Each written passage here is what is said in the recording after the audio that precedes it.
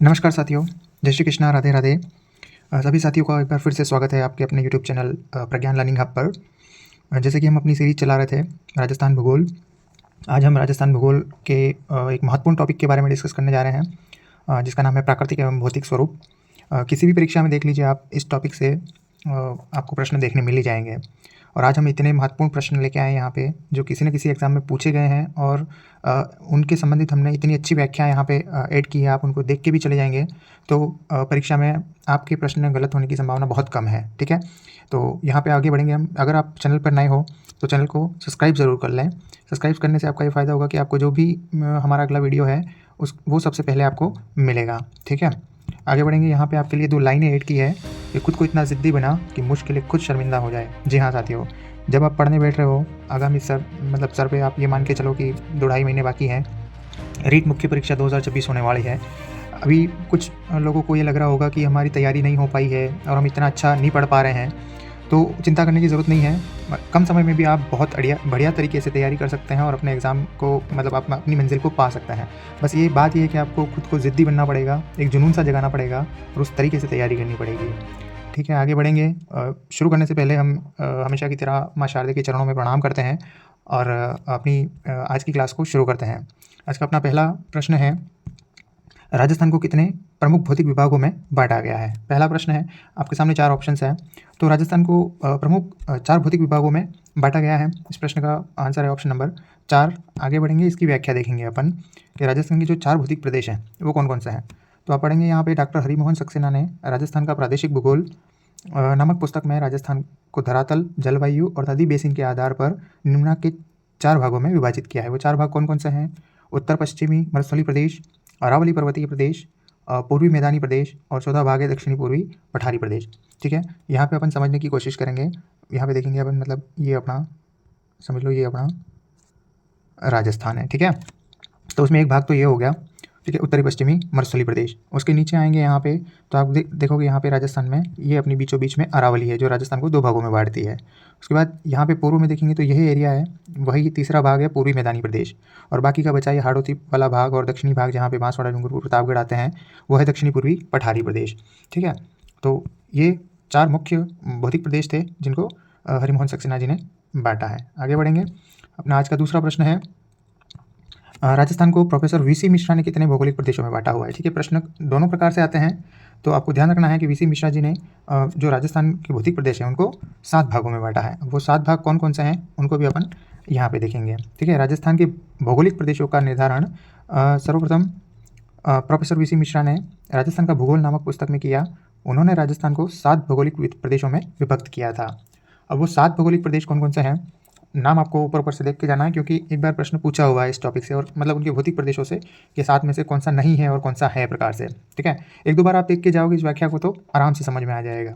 तो पहला भाग है पश्चिमी शुष्क प्रदेश, दूसरा अर्धशुष्क प्रदेश, तीसरा नहरी प्रदेश जो कि गंगानगर हनुमानगढ़ के आसपास आता है, अरावली प्रदेश आपको पता ही है। उसके बाद पूर्वी कृषि औद्योगिक प्रदेश जो पूर्व में जैसे भरतपुर, अलवर की साइड आता है, दक्षिणी पूर्वी कृषि प्रदेश। ठीक है, और चंबल बीहड़ प्रदेश। ये 7 भाग थे जिनको प्रोफेसर वीसी मिश्रा ने बांटा था। आगे बढ़ेंगे, अपना तीसरा प्रश्न है, राजस्थान का कौन सा भौगोलिक प्रदेश प्राचीनतम है? यानी कि ये जो 4 ऑप्शन है उसमें सबसे प्राचीनतम भौगोलिक प्रदेश कौन सा है? क्या घग्गर का मैदानी प्रदेश सबसे प्राचीन है, या उत्तर पूर्वी मैदान सबसे प्राचीन है, अरावली पर्वतीय प्रदेश और थार मरुस्थल? इन 4 ऑप्शनों में सबसे जो प्राचीनतम भौगोलिक प्रदेश है वो है अपना अरावली पर्वतीय प्रदेश। अरावली सबसे प्राचीनतम मलित पर्वतमाला है। ठीक है, आगे बढ़ेंगे। प्रश्न संख्या 4 कह रहा है, राजस्थान का सबसे बड़ा भौगोलिक क्षेत्र, यानी कि क्षेत्रफल के अनुसार राजस्थान का सबसे बड़ा भौगोलिक प्रदेश कौन सा है? तो वह है पश्चिमी मरुस्थलीय मैदानी क्षेत्र। आप आपने पढ़ा भी होगा, यहाँ पे राजस्थान का जो पश्चिमी भाग है, जो मरुस्थलीय भाग है, वो मैदान क्षेत्र लगभग 60 से 61% भाग पर फैला हुआ है, जो सबसे बड़ा है। ठीक है, आगे बढ़ेंगे। अगला प्रश्न है अपना 5 नंबर का क्वेश्चन कह रहा है कि निम्नलिखित में से राजस्थान का कौन सा भौगोलिक क्षेत्र अपनी सीमा को मध्य प्रदेश के साथ साझा करता है? यानी कि यहाँ पे आपको बताना है मध्य प्रदेश राज्य के साथ अपना जो भौगोलिक प्रदेश है उनमें से कौन सा भौतिक प्रदेश है वो मध्य प्रदेश से साझा करता है। दक्षिणी पूर्वी पठारी प्रदेश, पश्चिमी शुष्क क्षेत्र, अर्ध शुष्क क्षेत्र या अरावली क्षेत्र? तो इसमें जो नीचे का भाग है, दक्षिणी पूर्वी पठारी क्षेत्र जो है, जो हाड़ौती और बांसवाड़ा, डूंगरपुर और दक्षिणी भाग से मिलकर बनता है, वो मध्य प्रदेश की सीमा से लगता है। आगे बढ़ेंगे। प्रश्न संख्या 6, राजस्थान में निम्न भौतिक यानी कि प्राकृतिक क्षेत्रों में से कौन सा क्षेत्र पाकिस्तान के साथ अपनी सीमा साझा करता है। इन चारों ऑप्शनों में से आपको ये बताना है कि राजस्थान का कौन सा भौतिक प्रदेश है वो पाकिस्तान के साथ अपनी सीमा बनाता है। ठीक है, तो इस प्रश्न का सही जवाब है अपना जो पश्चिमी रेगिस्तानी मैदान क्षेत्र है वो पाकिस्तान से अपनी सीमा बनाता है। अपन ऑलरेडी इससे पहले वाले वीडियो में भी इसके बारे में डिस्कस कर चुके हैं कि राजस्थान का जो 1070 किलोमीटर का जो भाग है, जो रेड क्लिफ रेखा बोलते हैं अपन, वो पाकिस्तान से सीमा बनाता है। ठीक है, आगे बढ़ेंगे। अगला प्रश्न है अपना, राजस्थान में थार मरुस्थल से प्रभावित क्षेत्रफल व जनसंख्या का प्रतिशत कितना है। यहाँ पे पूछा जा रहा है आपसे कि जो राजस्थान है अपना, ठीक है, इस राजस्थान में जो थार का मरुस्थल है ये वाला, वहाँ पे कितने प्रतिशत तो क्षेत्रफल है और वहाँ पे कितने प्रतिशत जनसंख्या निवास करती है। तो 61% तो क्षेत्रफल है उसका और 40% वहाँ पे जनसंख्या निवास करती है, को याद रखना है ये। ठीक है, आगे बढ़ेंगे। राजस्थान में मरुस्थल का विस्तार किस दिशा में हो रहा है। अब यहाँ पे पूछा जा रहा है कि ये जो अपना राजस्थान है, ठीक है, तो यहाँ पे जो मरुस्थल का विस्तार है ये है अपना पश्चिमी मरुस्थल, तो इसका विस्तार किस तरफ हो रहा है। तो जाहिर सी बात है यहाँ से ये जो मरुस्थल है वो अरावली पर्वतमाला से मतलब पूर्व की ओर इसका विस्तार रुक तो रहा है, लेकिन किसी न किसी न के न प्रकार से यह बढ़ पूर्व की ओर रहा है। ठीक है, तो पश्चिम से पूर्व की ओर यह बढ़ रहा है। ठीक है, याद रखना आपको। आगे बढ़ेंगे। थार मरुस्थल का विस्तार किन राज्यों तक है, यानी कि जो अपना थार का मरुस्थल है वो भारत के किन किन राज्यों में फैला हुआ है। तो इसका विस्तार आप देख पा रहे होंगे यहाँ पे ऑप्शन है राजस्थान, गुजरात, क्या राजस्थान, पंजाब या मध्य प्रदेश में फैला हुआ है, राजस्थान, पंजाब, या राजस्थान, पंजाब, गुजरात या हरियाणा। तो ऑप्शन नंबर डी इसका सही आंसर हो जाएगा। राजस्थान, पंजाब, गुजरात और हरियाणा, इन चारों राज्यों में थार का मरुस्थल फैला हुआ है। इसमें भी सबसे ज़्यादा जो थार मरुस्थल है लगभग 62% है वो राजस्थान में है। ठीक है, आगे बढ़ेंगे। इसकी व्याख्या देखेंगे अपन यहाँ पे कि थार मरुस्थल का विस्तार जो है वो भारत में 85% है और 15% पाकिस्तान में है। इसका विस्तार भारत के लगभग 61% मतलब भारत के राजस्थान में 61% और बाकी राज्यों में हरियाणा, गुजरात और पंजाब में फैला हुआ है। इस 75% में से 61% तो अकेला राजस्थान में है। इसका कुल क्षेत्रफल अगर देखें अपन तो 1,75,000 वर्ग किलोमीटर है। यहाँ सर्वाधिक जैव विविधता पाई जाती है, अतः इस क्षेत्र को रुक्ष क्षेत्र कहा जाता है। ठीक है, राजस्थान में रेगिस्तान को एकाएक वर्षा होने से बालू का स्तूपों के मध्य निचली भूमि में जो गर्त जल भर जाते हैं, जहाँ पे जल भरा जाता है निचली भूमि में, उस गर्त को मरहो कहलाते हैं वो। ठीक है, मरहो कहते हैं। मरुस्थलीय क्षेत्र में जहाँ जल बेसिन पाए जाते हैं उनके चारों ओर हरियाली विकसित हो जाती है, जिसे नकलिस्तान या ओएसिस कहते हैं। तो ये व्याख्या भी आपको अच्छे से ध्यान रखनी है, व्याख्या से भी बहुत सारे प्रश्न बनते हैं। अगला प्रश्न है, पश्चिमी मरुस्थलीय क्षेत्र का क्षेत्रफल कितना है। ठीक है, अभी अपन पढ़ के आए हैं व्याख्या के अंदर, अपन ने 1,75,000 वर्ग किलोमीटर जो अपना पश्चिमी मरुस्थलीय क्षेत्र है वहाँ उसका क्षेत्रफल है। अगला प्रश्न है, राजस्थान में कौन सा मरुस्थल स्थित है। अब यहाँ पे 4 ऑप्शन है, गोबी का मरुस्थल है, थार मरुस्थल है, सहारा मरुस्थल और कलाहारी मरुस्थल। इन चारों मरुस्थलों में से राजस्थान में कौन सा थार का मरुस्थल स्थित है।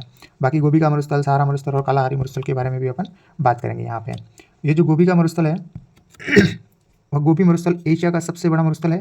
यह मरुस्थल चीन के उत्तर और उत्तर पश्चिम तथा मंगोलिया के दक्षिणी भाग में विस्तृत है। ठीक है, सहारा मरुस्थल की बात करेंगे अपन। सहारा रेगिस्तान दुनिया का सबसे बड़ा गर्म रेगिस्तान है जो उत्तरी अफ्रीका में है। ठीक है, अफ्रीका महाद्वीप का सबसे बड़ा और ये दुनिया का सबसे बड़ा मरुस्थल है। बात करेंगे कालाहारी मरुस्थल की। कालाहारी मरुस्थल दक्षिणी अफ्रीका में एक विशाल अर्धशुष्क रेतीला मरुस्थल है। यहाँ पर बुशमैन अथवा सान लोग अफ्रीका के कालाहारी मरुस्थल में और आसपास के इलाकों में निवास करने वाली एक बेहद प्राचीन एवं प्रमुख जनजाति है। तो इस व्याख्या से बहुत सारे प्रश्न बनते हैं। आपने देखा होगा यहाँ पे कि गोबी के मरुस्थल के बारे में आपने पढ़ा, सहारा मरुस्थल के बारे में पढ़ा, कालाहारी मरुस्थल के बारे में पढ़ा, वहाँ पे कौन सी जनजाति रहती है वो पढ़ा, ये कहाँ पे स्थित है वो पढ़ा। ये प्रश्न बार बार आते हैं, मतलब आप वर्ल्ड ज्योग्राफी पढ़ने जाओगे तो कहीं ना कहीं ये प्रश्न हमेशा आपको देखने मिलेंगे। आगे बढ़ेंगे। अगला प्रश्न है अपना, थार मरुस्थल के संदर्भ में निम्न कथनों में से कौन सा कथन सही नहीं है। तो कौन सा कथन सही नहीं है ये बताना है आपको। मतलब इनमें से 3 कथन तो सही है और एक कथन गलत है। कथनों को पढ़ेंगे अपन। पहला कथन कह रहा है संपूर्ण मरुस्थल रेतीला और बालू का स्तूप क्षेत्र है, तो यही ऑप्शन अपना गलत हो गया है कि संपूर्ण मरुस्थल रेतीला तो है लेकिन बालू का स्तूप क्षेत्र नहीं है, क्योंकि लगभग 41.50% बालू का स्तूप क्षेत्र है और बाकी का 58.50% बालू का स्तूप मुक्त क्षेत्र है। इसलिए ये ऑप्शन गलत हो गया। आगे बढ़ेंगे। यह लगभग 1,75,000 वर्ग किमी क्षेत्र में फैला हुआ है। बिल्कुल सही बात है, अपन पढ़ के आए हैं अभी। यह 25 सेमी संवर्षा रेखा के पश्चिम में स्थित है। बिल्कुल सही है। ये जो अपना राजस्थान है ये जो पूर्वी मरुस्थलीय भाग है उसको 25 सेमी वर्षा रेखा वो 2 भागों में बांटती है, ठीक है। तो यह इसके पश्चिम में स्थित है, इस यहाँ पे, तो ये बात भी सही है। आगे अगला ऑप्शन है भालेरी चूरू मेंढा नदी घाटी सीकर में बरखान प्रकार के बालू का स्तूप पाए जाते हैं। बिल्कुल, तो आपको ये फैक्ट याद रखने हैं। इस प्रश्न का सही जवाब हो गया ऑप्शन नंबर ए, क्योंकि अपन को गलत कथन बताना था। आगे बढ़ेंगे, थार रेगिस्तान में कौन से जिले रेगिस्तानी त्रिकोण में शामिल हैं? अब यहाँ पे रेगिस्तानी त्रिकोण की बात करेंगे तो जो थार रेगिस्तान है वहाँ पे 3 जिले ऐसे हैं जो त्रिकोण बनाते हैं, तो वो है जैसलमेर, जोधपुर और बीकानेर। यहाँ पे अपना ऑप्शन नंबर डी सही हो जाएगा, ठीक है।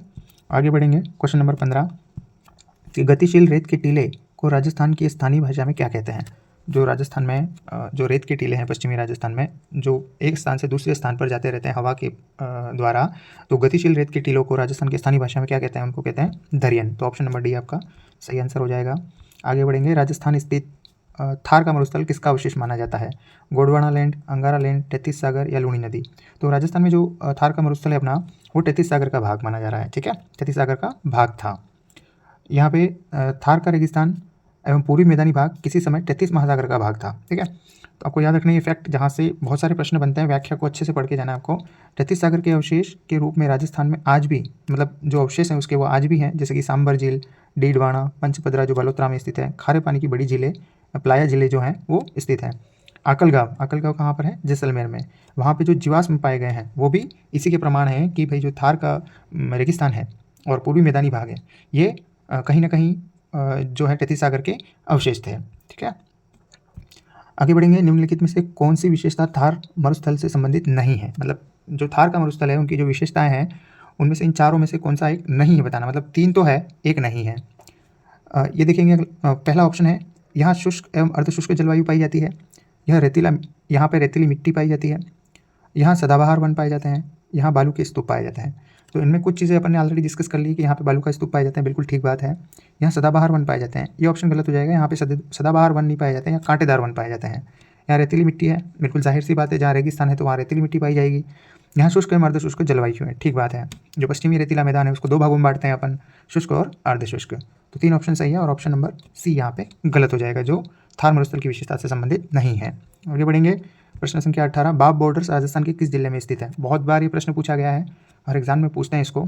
ये जोधपुर में स्थित है। आगे बढ़ेंगे, प्रश्न इसके बारे में देखेंगे अपन के, जो बाब बॉर्डर है पर्मिनियम कार्बोनिफेरस, जो बाब बॉर्डर मतलब पर्मिनियम कार्बोनिफेरस युग का है बाब बॉर्डर्स, ये फलोदी जिले में है स्थित अभी, जो पूर्व में जोधपुर में आता था।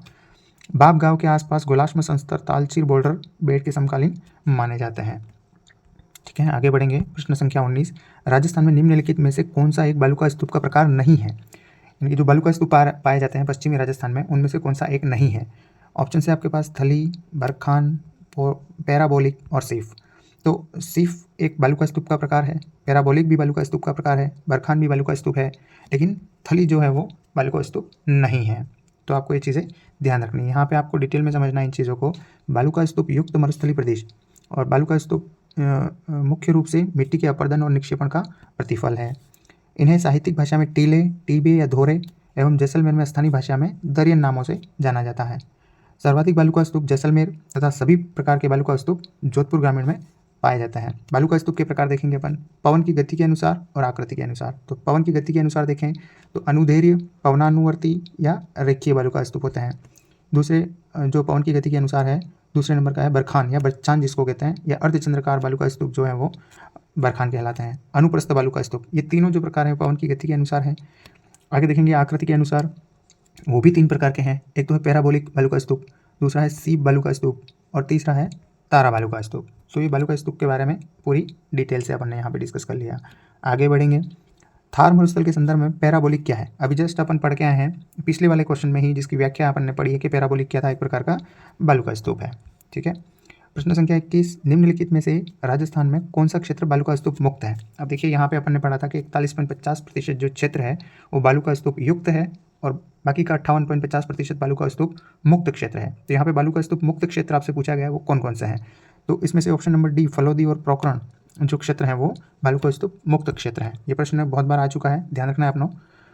आगे बढ़ेंगे, लाठी सीरीज क्या है? अब लाठी सीरीज का भी मतलब आप मान के चलो हर तीसरे एग्जाम में अधीनस्थ बोर्ड हो चाहे आरपीएससी हो, इस प्रश्न को पूछते ही पूछते हैं, लाठी सीरीज क्या है। लाठी सीरीज एक भूमिगत जल पट्टी है, ठीक है। लाठी सीरीज क्षेत्र जो है वो जैसलमेर जिले के में पोखरण से मोहनगढ़ तक पाकिस्तान की सीमा के सहारे सहारे एक भूगर्भिक जल की चौड़ी पट्टी है जिसे लाठी सीरीज क्षेत्र कहा जाता है। यहाँ टर्सरी कालीन अवसादी चट्टानों में तेल एवं गैस के भंडार मिलते हैं। यहाँ चांदन नलकूप कम गहराई में अधिक पेयजल आपूर्ति के कारण थार का गड़ा कहलाता है। तो चंदन नलकूप भी आपको याद रखना है, जैसलमेर में है, ठीक है, जिसे थार का गड़ा कहते हैं। आगे बढ़ेंगे, अगला जो प्रश्न है अपना, निम्न में से थार मरुस्थल का भाग नहीं है। अब जो थार मरुस्थल जो रेगिस्तानी भाग है वो जिसके अंदर कौन से क्षेत्र नहीं आते हैं? गोडवाड़ प्रदेश, शेखावटी प्रदेश, बनास मैदान या घग्गर का मैदान। तो यहाँ पे गोडवाड़ प्रदेश है वो आता है, शेखावटी प्रदेश यानी सीकर झुंझुनू वगैरह आता है, बनास का मैदान ये नहीं आता है, और घग्गर का मैदान ये भी आता है। तो अपना सही जवाब हो जाएगा बनास का मैदान, जो कि इधर राजसमंद साइड है, ठीक है, वो मरुस्थल में नहीं आता है। अगला प्रश्न है, राजस्थान में लूणी जवाई बेसिन को अन्य किस नाम से जाना जाता है? यानी जो लूणी और जवाई नदी है उनके बेसिन को अन्य किस नाम से जाना जाता है? तो उसको गोडवाड़ प्रदेश कहते हैं। आगे बढ़ेंगे, अगला प्रश्न है, राजस्थान के किस अंचल को बांगड़ प्रदेश भी कहा जाता है? ठीक है दोस्तों, याद रखना 2 प्रदेश हैं, एक तो वागड़ एक बांगड़, ठीक है।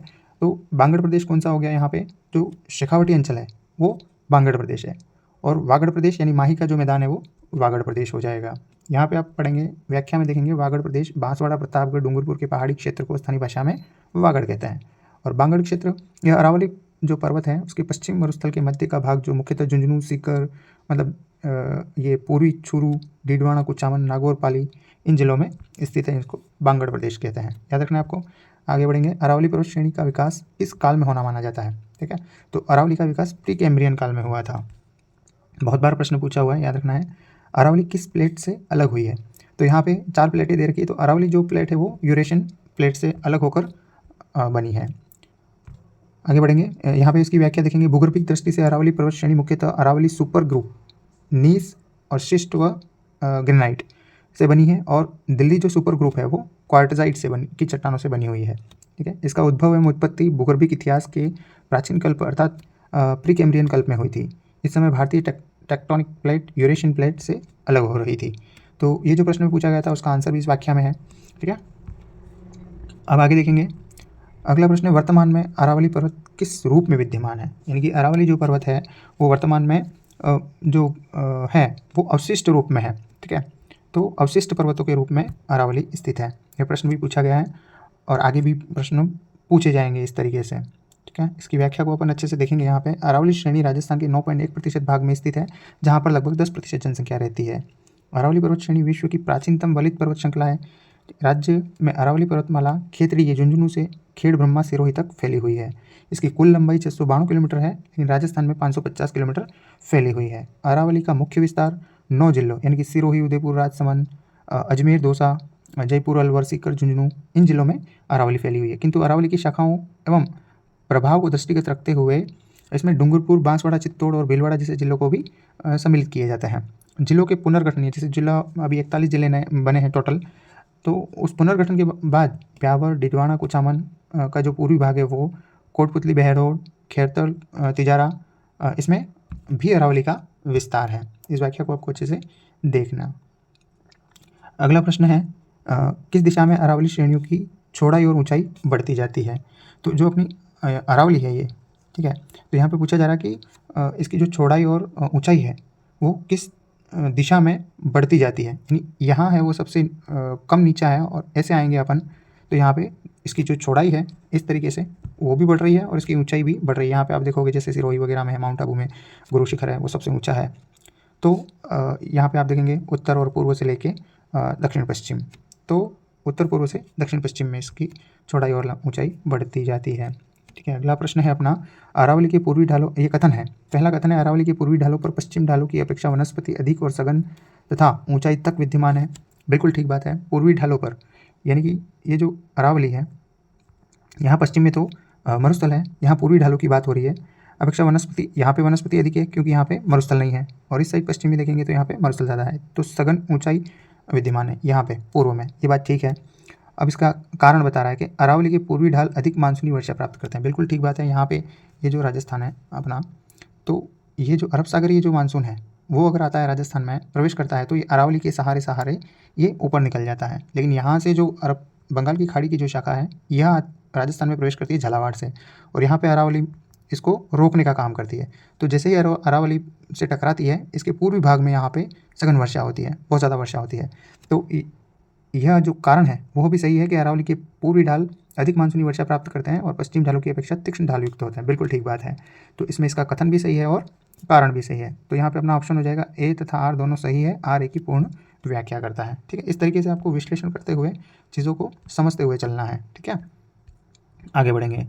अगला प्रश्न है, निम्नलिखित में से कौन सा किला अरावली पर्वतमाला में स्थित नहीं है। बहुत ही बढ़िया प्रश्न है कि कौन सा जो किला है, ठीक है, कौन सा दुर्ग है वो अरावली पर्वतमाला में स्थित नहीं है। तो आपको समझना है यहाँ पे कुंभलगढ़ कहाँ पे है, राजसमंद में, चित्तौड़गढ़ जिले में, नाहरगढ़ कहाँ पर है, और गागरोन।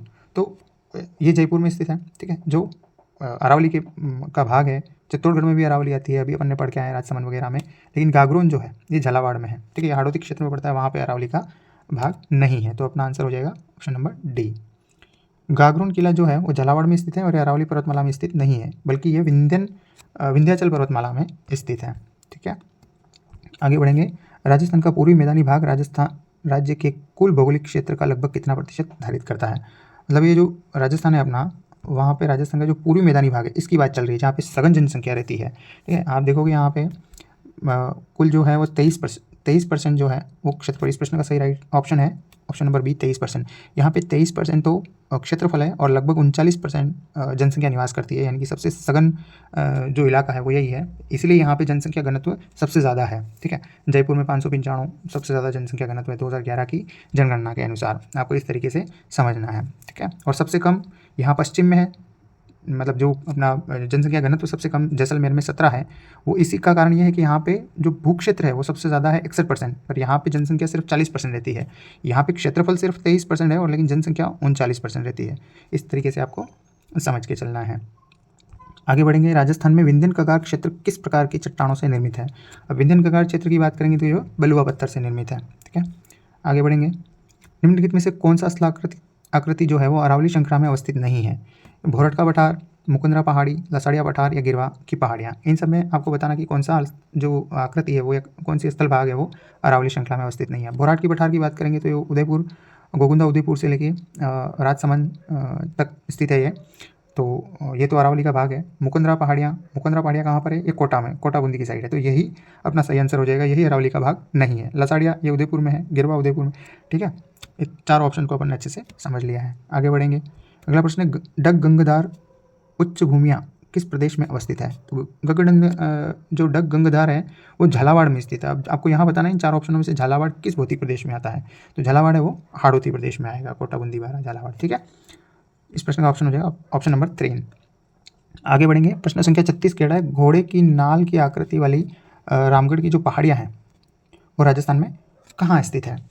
इस प्रश्न का सही जवाब है शाहाबाद उच्च भूमि। ये शाहाबाद उच्च भूमि 12 में स्थित है। ठीक है, तो घोड़े की नाल की आकृति की जो पहाड़ियाँ हैं वो वहाँ पे रामगढ़ में पाई जाती है। ये प्रश्न भी बहुत बार पूछा गया है।